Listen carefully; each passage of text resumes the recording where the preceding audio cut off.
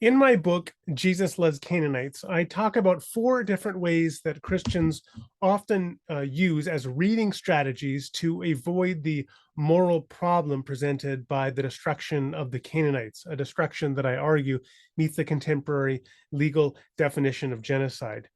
Uh, you can remember these four different reading strategies with the acronym Over My Dead Body. O stands for omission. We simply remove aspects of details of the narratives that are morally problematic, such as we talk about Jericho being defeated, but we never mention that that involved the eradication of civilians. Over my, M stands for misrepresentation. So we will present the narrative in a way that is skewed from the reality of the narrative in order to, again, keep the morally problematic content at bay.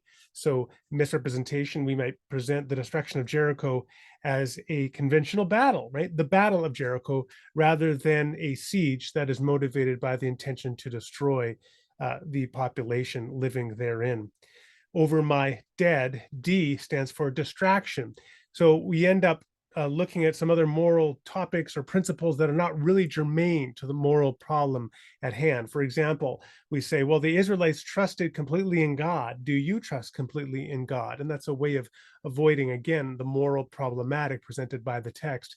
And finally, over my dead body, B stands for blunted affect.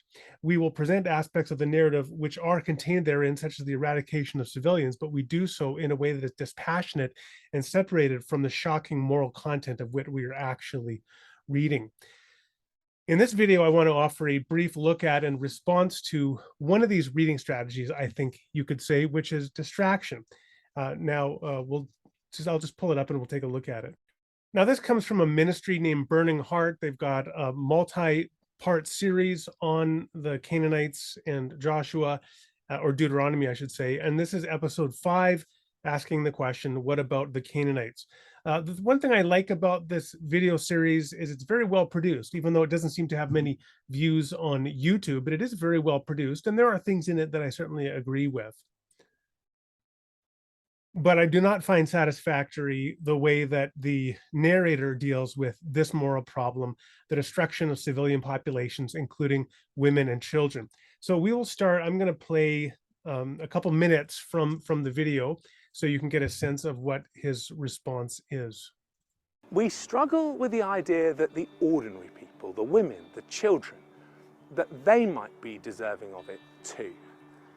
And I think that this is the root of our struggles with the driving out of the Canaanites. Were they all guilty? Do ordinary people really deserve judgment?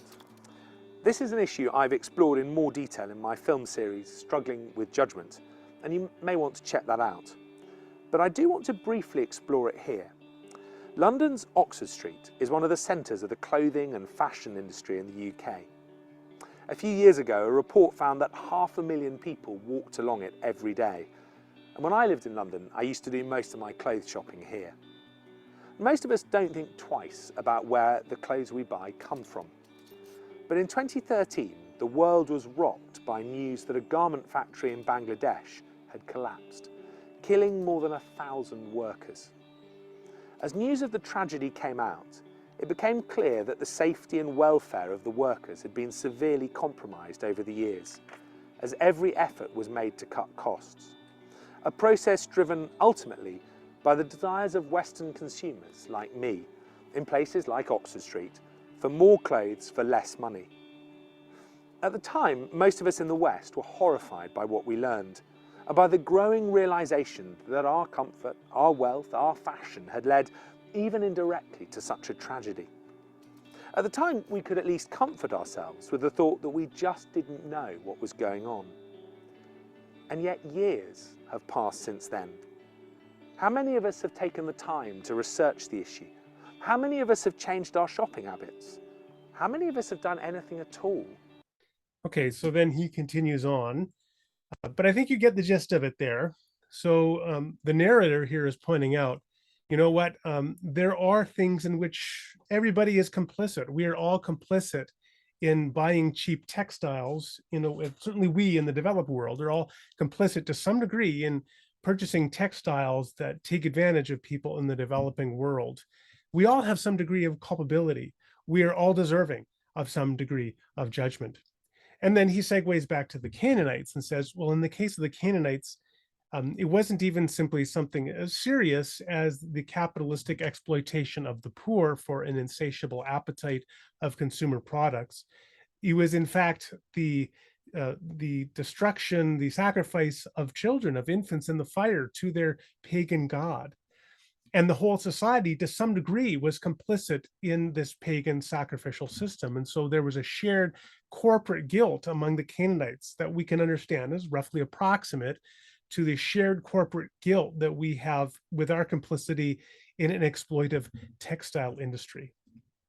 I think that that's, I mean, it's one way to try to present the text, maybe one way to try to spin the text, but undoubtedly he is raising the narrator is raising an important issue here, and one that is worth thinking about.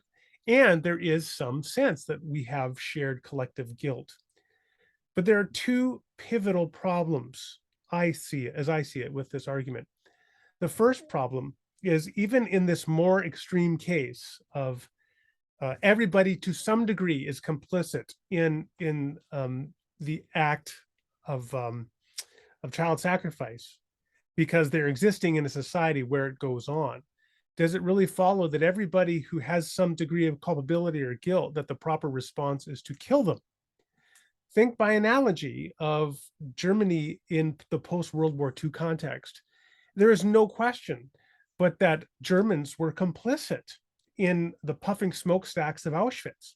Even if you had nothing to do, you were not aligned with the Nazis, unless you're actively fighting against the Nazis, in this case, Rahab being the equivalent, you could say, of that, and who was spared.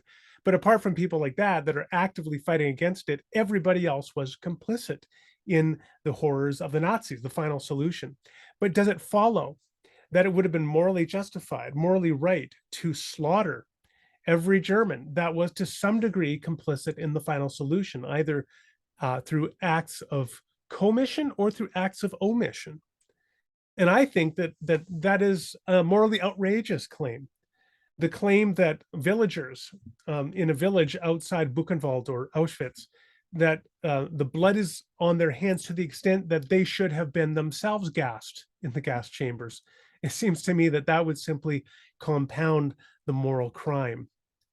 And likewise, to consider the ancient Canaanites and to recognize the degree to which there may have been morally abominable practices doesn't at all address the question of whether that would be morally sufficient to slaughter the entire population.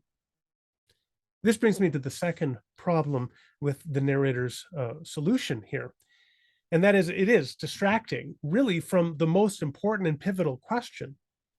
Let's turn back to the exploitive textile industry today. You could have a 2-year-old or a 1-year-old who is wearing a Winnie the Pooh jumpsuit, which was made by a worker in Indonesia or Thailand or the Philippines who has been exploited. And to some degree, then you could say, well, in virtue of wearing that textile, that infant, that toddler is complicit in an exploitive system. But does it really make sense to say that the infant or toddler has any degree of moral culpability at that age? Now think that that infant or toddler is living in ancient Canaan, and that toddler lives, or that infant lives in a society in which some of the other infants have been sacrificed to Moloch. Would it make sense to say that within that society, it would be proper to slaughter that infant or that toddler for their complicity in virtue of living in ancient Canaanite society, in a society that exploited other small children? I mean, it's just, I think, a morally incoherent argument. And yet, really, that is the gist of the argument given in this video. What about the Canaanites? And ultimately, I think what really emphasizes that this is a distraction rhetorical approach is that there is this really strong emphasis upon bringing a moral indictment on the viewer to think about our consumption of cheap textiles, which is a perfectly legitimate moral issue, ethical issue to be wrestling with, and any Christian should wrestle with it, but not at the expense of dealing with the moral problem of the Canaanites. And that is why this becomes, I think, in some respects, a disingenuous rhetorical approach of distraction to a serious moral problem in the Bible.